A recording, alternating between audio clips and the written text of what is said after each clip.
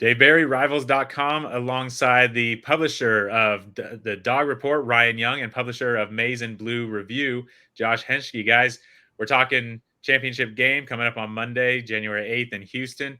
Obviously, we saw Michigan with the overtime win over Alabama, and then Washington with their win over Texas. So, Ryan, I'm going to start with you. We're going to talk about the keys to victory after having watched both of those bowl games with Michigan and Washington.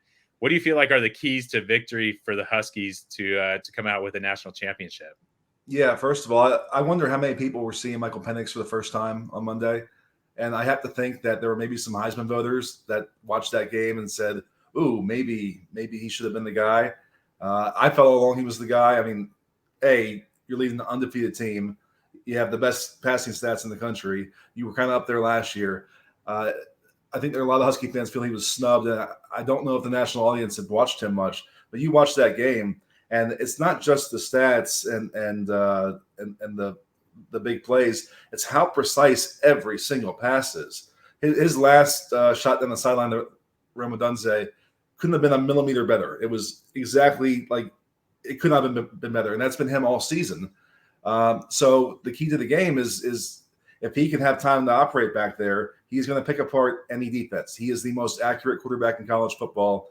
He is the most lethal downfield passer in college football. If he has time, it doesn't matter who they're playing, he will pick them apart. Now you see Michigan has 5 sacks in the first half alone on Monday. That's the key. If they can somehow get to Penix, disrupt him, get him off the spot,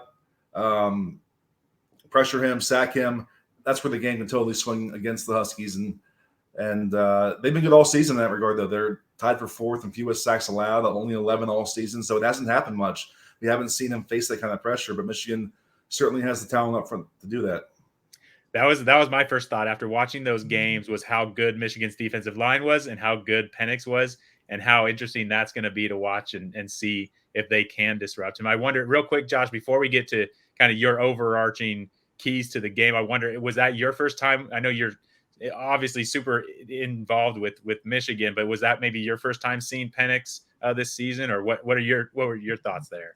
Yeah, it's actually been kind of fun to see his, I guess, overall growth, because if Michigan fans are familiar, he beat Michigan while he was in Indiana to snap that long 20-something game losing streak that the Hoosiers had against Michigan, and they did that in 2020.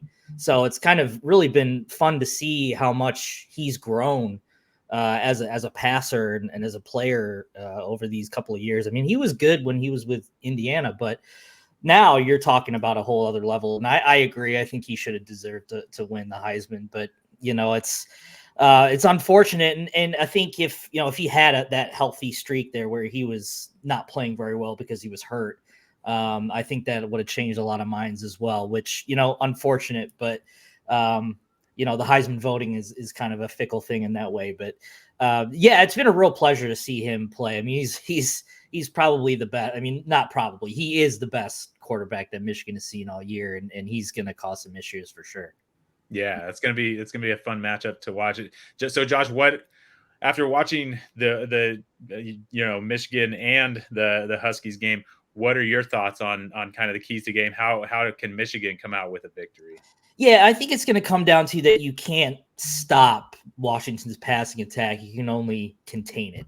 I think they remind me a lot of the 2021 Ohio State team that Michigan played, with all of those stars at wide receiver, CJ Stroud at quarterback. He threw for almost 400 yards against Michigan, but they were still able to win. So I think the big thing for Michigan is if they can keep things in front of them and not give up the big play, and because they're not going to be able to cover those receivers for 5 seconds. I mean, they have to get out there and make Penix throw the ball quick. I mean, he typically does anyway, but when you add that extra wrinkle of, Michigan is a high pressure team and they have some talented interior guys, that's really going to make, the snap decisions even more important. So I think the biggest key for me, I mean, obviously it's the passing game, but I think they're going to be heading into this game thinking that they can't completely shut down the passing game. And it's unrealistic to think that, but as long as they can keep things in front of them and Penix is going to get his. Roma Dunze is going to get his.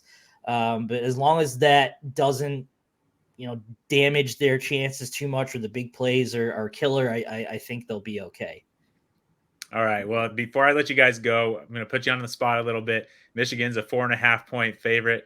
Predictions. Ryan, I'll let you go first. What do you think? How do you think this game plays out? I got more to say about the matchup. Okay. You cut me short here. Let me. I know you spent a lot of time preparing for this, so I did. I have stats galore. No, right. I wanted. There is one more important wrinkle that we need to cover. Yeah. About midway through the season, Washington became a more balanced team, a noticeably more balanced team. The run game really supported them a lot of the way, and the games when the offense fell flat, a few of their lulls late were when the rushing attack just wasn't there to complement Penix. And Dylan Johnson, their star running back, of course, got hurt on Monday, hurt his foot. The latest word is he's supposed to play, but we don't know what version of him they're going to get. And there really isn't like a clear number two for them. They have two guys behind them, Will Nixon and Tybo Rogers, who both have not had much work because Johnson's been a workhorse. So if he's not a factor, if the run game's not a factor, that's one more thing to look at, because they have had a few offensive lulls this year, and it just happens to kind of align and correlate with games when they didn't run the ball well. So as much as I made it all about Penix and the passing game, if they are truly a one-dimensional team, that can also change things. Now, if there's something else, I'll give a prediction, but I'll throw it back to Josh if he wants to add. Yeah, and I think that's what makes Michigan so good, is that, they're complementary, not just on offense, but on defense as well. And special teams is another conversation that, that they've just been so good all year, that what happened on Monday against Alabama really just felt like an anomaly. But that's kind of what makes Michigan so good, is that they're complementary, and they can, if you take away one phase of their game, they're able to, not essentially dink and dunk you to death, but they're just so efficient with the intermediate passing game, is that, as you saw in that final drive against Alabama to tie the game, it's just they can just kill you in so many ways. So it'll be interesting to see. I didn't even factor. I just totally forgot that Dylan Johnson was even hurt at the end of that game. And that is a big storyline that not many people are going to be talking about, because obviously Michael Penix is going to command the headlines, and of course, because he deserves it. But if you take away one phase of Washington's offense, what's going to happen? As you mentioned, what kind of Dylan Johnson's going to be there if he plays at all. So I think that's going to be an interesting wrinkle that people that should be looking out for sure. Yeah, and from what I see, Ryan, you may be able to speak to this, but it sounds like he is expected to play. Yeah, their offensive coordinator went on the radio on Tuesday night and said that that's the expectation. But if you saw him walk off the field or get taken off the field Monday, it looked really bad. Yeah, and he's had foot issues there, so it wasn't a totally new thing. So being available and playing versus carrying it 23 times are two different things. So it's still too early to tell exactly what version of him there will be. The same thing happened with Blake Corum last year. We were told, before the Ohio State game, that the X-rays were negative, and that, he's going to give it a go. And he ended up taking one snap and was like, nah, I'm done. And he was done for the rest of the year. So I'm curious how much gamesmanship is going into that versus how limited he will be. But, obviously the hope is that the kid's okay, because you want to play the opponent at full strength. You don't want to have any disadvantages in that regard. So I'm hoping that he's able to go on Monday. Yeah, absolutely. All right, now predictions. Ryan, I'll start with you. What do you got? Prosecution rests. Yeah. I would definitely take the points on the spread. So I'll take Washington plus the points. If we're picking an outright prediction, it has felt like Michigan's year all year to me, just taking a national lens on things. It's been building to this for several years now, and just all the off the field noise and everything has only made them stronger internally. I've seen this from early this season on. I just felt like that was the narrative that was building, is that this is finally their year, and kind of stick it to the NCAA and all that stuff. So I'll pick Michigan. Let's go 37-34.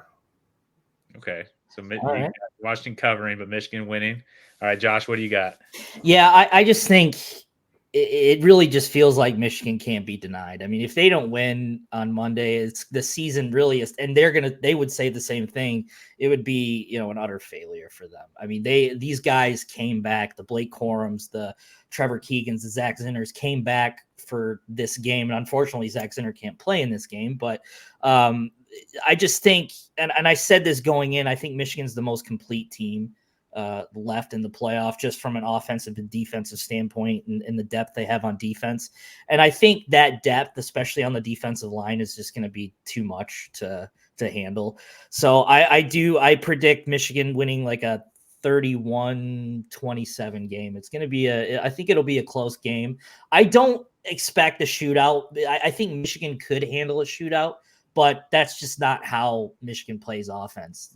They're not used to the quick scoring. They want to bleed the clock, and that's also another factor too. Is that if the game goes into their style of play where they want to bleed the clock, that's when possessions become a premium, and I think that's what gives Michigan a leg up as well. So 31-27 is going to be my prediction for Michigan. Okay. All right. Well, hey, this has been great stuff here, guys. I appreciate it. Again, that's Ryan Young from the Dawg Report and Josh Henschke from Maize Blue Review. Thank you, guys. Thanks. Thank you.